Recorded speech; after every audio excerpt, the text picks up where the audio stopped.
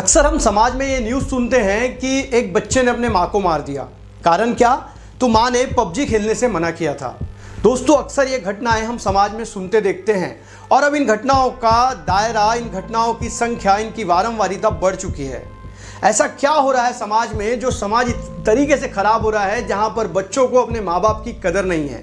ये कहानी उन बच्चों के लिए है जो बच्चे इनको सुन रहे हैं और जो अपने बच्चे माँ बाप की नहीं सुनते, और जब उनके माँ बाप उन्हें टोकते हैं तो उन्हें बुरा लगता है। उन्हें लगता है यार, मेरी ज़िंदगी में कोई फ्रीडम ही नहीं है, इन लोगों ने मुझे पैदा किया तो क्या मुझे स्वतंत्रता भी नहीं है अपने हिसाब से जीने की। दोस्तों, ये कहानी को अंत तक जरूर सुनिएगा। एक लड़का था राहुल नाम का, जिसके पिताजी हमेशा उसे डांटा करते थे, छोटी छोटी बातों पर भी डांटा करते थे। अगर वो ढंग से खाना ना खाए तो उसे डांटते थे, थाली में सब्जी छोड़ दे तो उसे डांटते थे, अगर वो जिस रूम में बैठा और वहाँ का फैन बंद ना करे तो उसे मारते थे, अगर उसने धोखे से लाइट चालू रख दी तो भी वो डांट खाता था, अगर वो रास्ते से जा रहा है और उसे कचरा दिखा और उस कचरे को उसने डस्टबिन में नहीं डाला तो भी उसके पिता उसे सजा दिया करते थे। वो अपने पिता से ऊब चुका था। जब वो अपने दोस्तों के साथ कहीं घूमने जाने के लिए अपने पापा से पूछता तो पापा कहते नहीं, तुम नहीं जाओगे।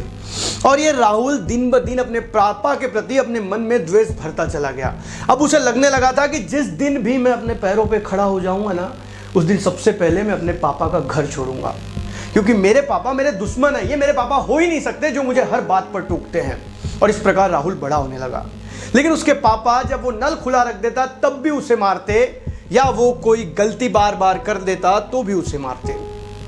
दोस्तों, इवन उनके घर के बाग की गमला अगर गिरा हुआ है और राहुल देखने के बाद भी उस गमले को नहीं उठाता तो भी उसके पिताजी उसे मारते, और अगर वो अपने से बड़ों को सम्मान नहीं देता तो भी उसके पिता उसे डांटते। अब उसे लगने लगा था कि उसके पिता उसके दुश्मन हैं, और उसने ठान लिया था कि जिस दिन भी जिंदगी में नौकरी पे लगूंगा ना, उस दिन सबसे पहले अपने पिता का घर छोड़ूंगा। अब ये राहुल बड़ा हो चुका था पढ़ लिख कर।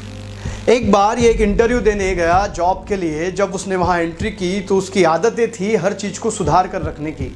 अगर कचरा बाहर पड़ा है तो डस्टबिन में राहुल डालेगा ही, अगर लाइट फालतू में चालू है तो राहुल लाइट बंद करेगा ही, अगर चेयर खाली है तो राहुल बैठेगा, और कोई बड़ा व्यक्ति उसके सामने खड़ा है तो राहुल अपनी चेयर उस बुजुर्ग व्यक्ति को दे देगा जिसको उसकी जरूरत।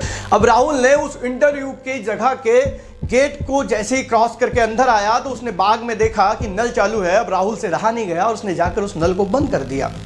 अब राहुल आगे बढ़ा और जब वो सीढ़ियों से ऊपर चढ़ रहा था तब उसने देखा कि एक गमला गिरा हुआ है।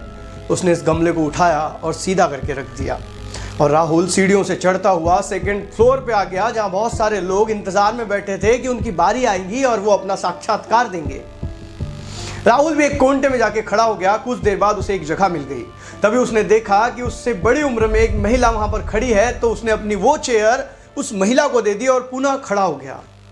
कुछ देर बाद राहुल का ध्यान बाजू के रूम पर गया जहां से सभी प्रतियोगी जा चुके थे और वहां का लाइट और फैन चालू था। राहुल वहां गया, उसने उस लाइट को भी बंद किया, उस फैन को भी बंद किया। राहुल ने देखा कि कॉर्नर में जो डस्टबिन रखी हुई है उस डस्टबिन के बाहर कचरा पड़ा हुआ है। राहुल ने उस सारे कचरे को उठाया और उस डस्टबिन में डाल दिया, और पुनः राहुल अपने बारी का इंतजार करने लगा।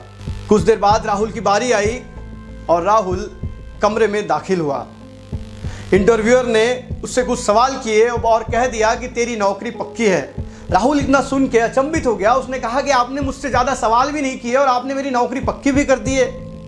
तब उस साक्षात्कार लेने वाले अधिकारी ने कहा कि राहुल, इस पूरे प्रीमाइसेस में हर जगह कैमरे लगे हुए हैं, और जब से तुमने इस प्रीमाइसेस में एंट्री की है तुम्हारी इन आदतों ने हमारा दिल जीत लिया।